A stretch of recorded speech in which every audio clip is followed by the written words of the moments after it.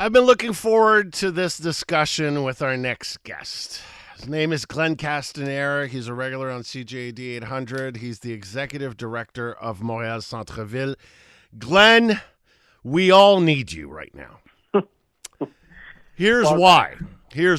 So, massively bad news yesterday with the announcement coming out of Just for Laughs. You tack on what happened with McGill and Concordia. You tack on just looking outside how dirty this city is. We're getting bad news from Montreal International. Foreign investment is down. One of your main jobs, and you do it so well for many years now at Montreal Centre-Ville, is to be somewhat, and I say this with the biggest amount of respect, you're kind of a business cheerleader for Montreal, and you do it very well. Tell me, I mean, this right now, this climate, and we've had bad times in Montreal before, but it seems to me right now that we are in quite the slump. Now, I don't want to be a downer, but how do you see it? And I'm sure you're going to find a way to bring us up.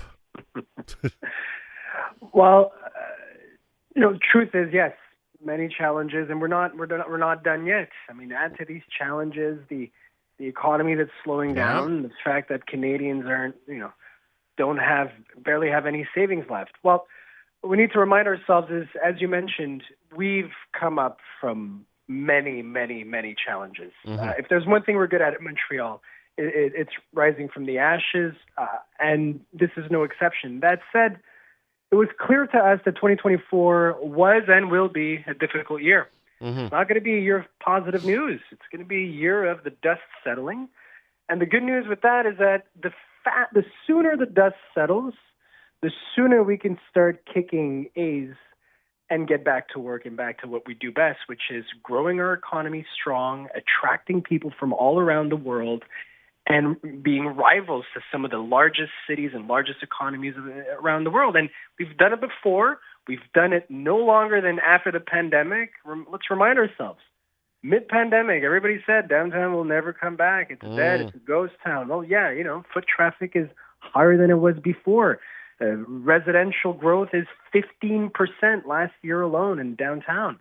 So, yeah, there is hope. But specifically to the latest news, which is Just for Laughs bankruptcy, I'm still under shock. But I have to tell you that I did many calls speaking with a lot of people from both the business community and the cultural community.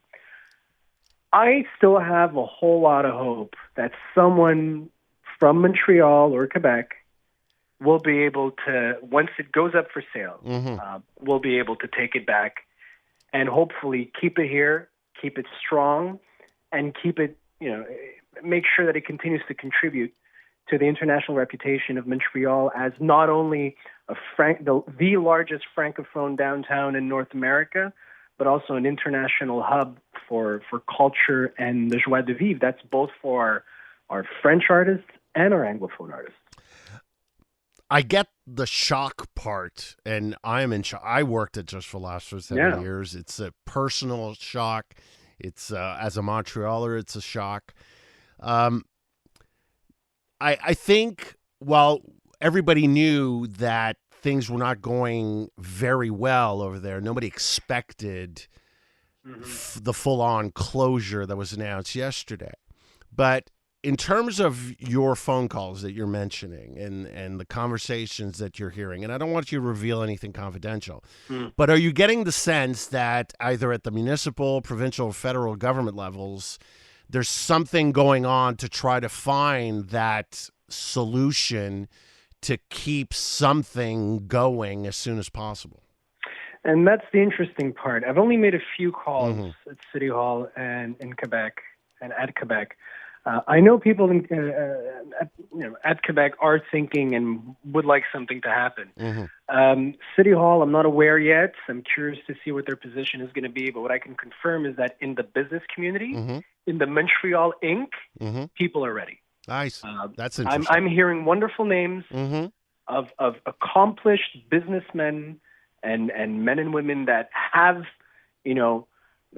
saved past structures here in Montreal and accomplished great things that could very well, enter present. And that puts me in a very good news and reminds me, and because tout est dans tout, as we say in French, every single time Montreal has come back kicking, it's because the Montreal Inc.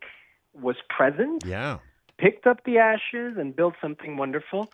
Now, what I really hope is that both City Hall and Quebec also, are present. It doesn't necessarily mean signing big checks. It can simply mean cutting red tape or making sure that there are guarantees on the table. I think the first guarantee we need, David, is that the dates that Just for Laughs had, that is in mid-July, are protected until we have a final answer on the sale of what's left. Because if we cannot guarantee those dates, then it's guaranteed that whoever buys back Just for Laughs, if it's someone from here, will not hold his festival this summer in Montreal. There's still hope for this summer. I believe in it. I think there's money on the table. I think it's a wonderful product, and that we have the know-how here to do it better.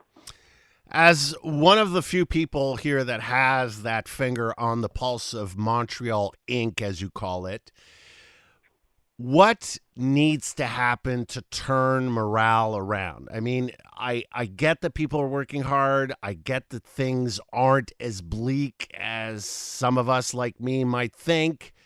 But at the same time, you look at housing, crime, and you could go down the list. It's hard to see a ray of light here. What needs to happen, in your opinion, and the opinion of Montreal Inc., to turn that corner, as you say? It's an excellent question. Complicated question. I mean, simple question with a complicated answer. And I'll try to give you the simplest one. I think it comes down to strong leadership.